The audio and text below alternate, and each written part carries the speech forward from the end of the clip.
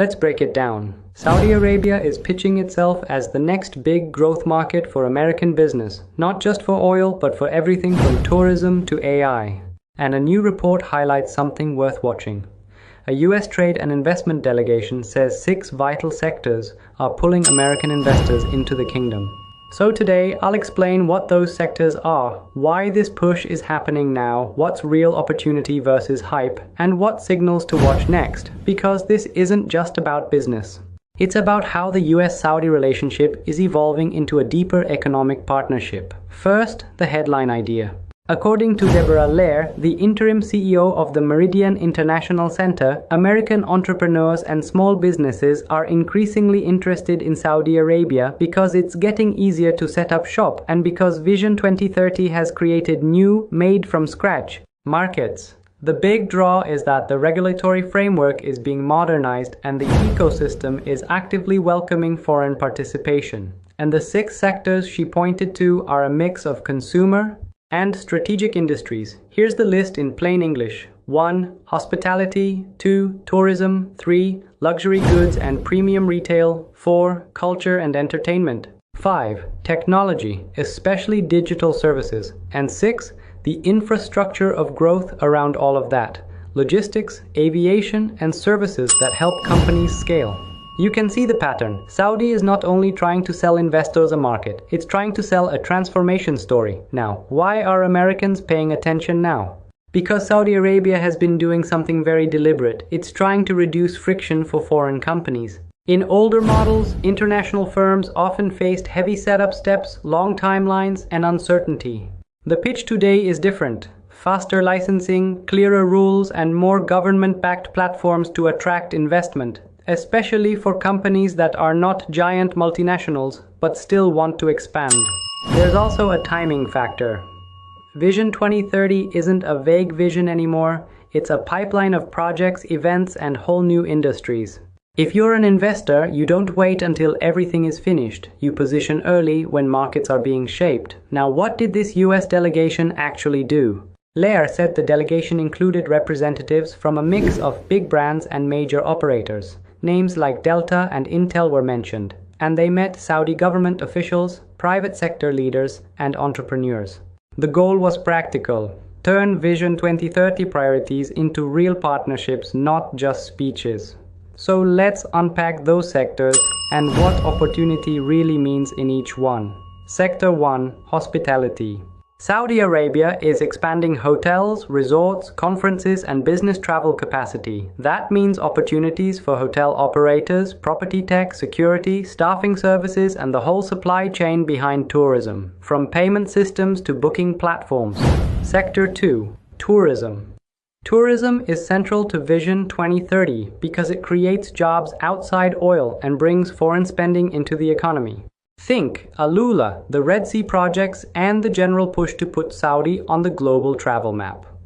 For US firms, this isn't only about airlines and hotels. It's also about destination marketing, experience design, entertainment, and infrastructure.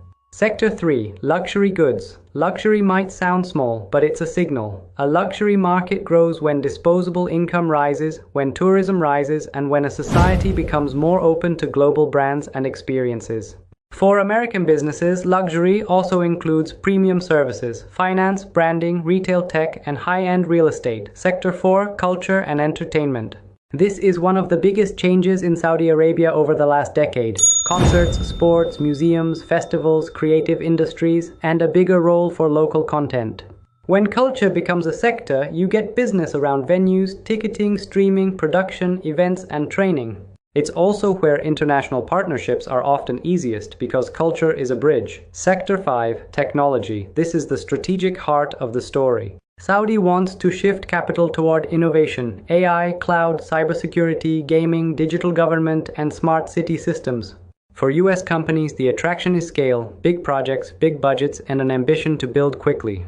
But technology also brings the biggest questions: data rules, localization, and long-term competitiveness. So the opportunity is real, and the due diligence needs to be real too. Sector 6: Logistics, Aviation, and Platform Services. This is the less glamorous but most important category. If Saudi wants to be a regional hub, it needs ports, airports, cargo capacity, security systems, supply chain visibility, and professional services, consulting, compliance, legal, accounting, and training.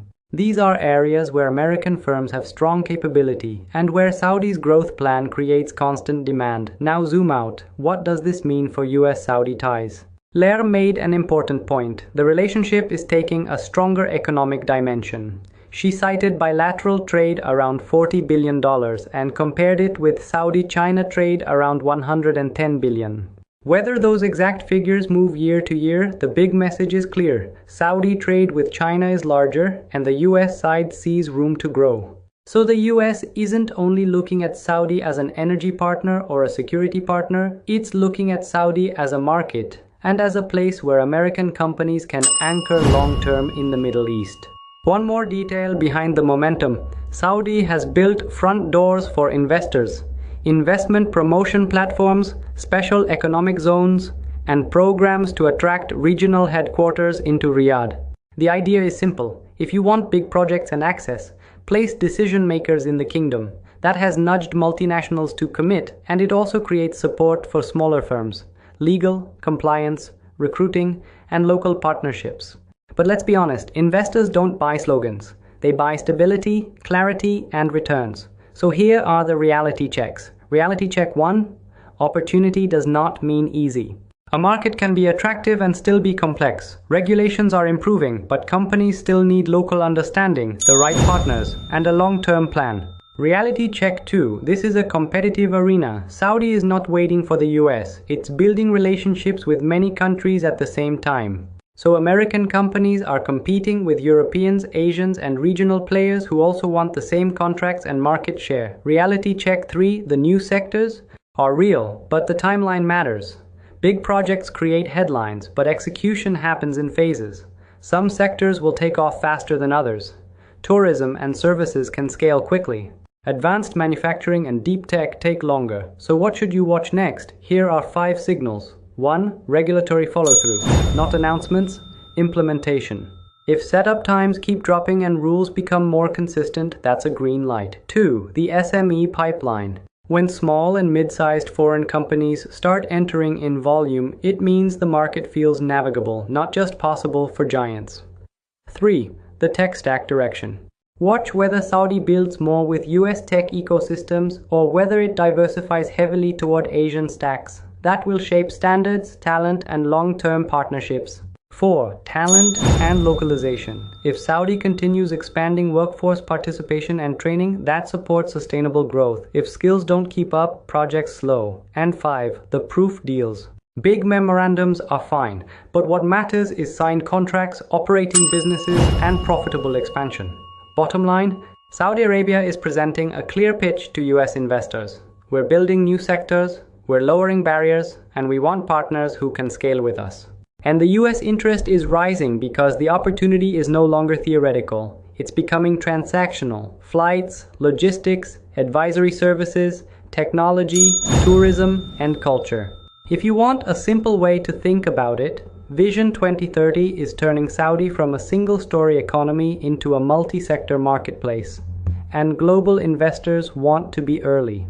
I'm Imran, a Middle East-based analyst who follows global economics, tech, and politics. My goal is to give you short, honest breakdowns so you can make up your own mind. If this breakdown helped, subscribe, like, and share. And tell me in the comments, do you think Saudi becomes a true global investment hub by 2030? Or does the pace of change slow as projects get harder to execute?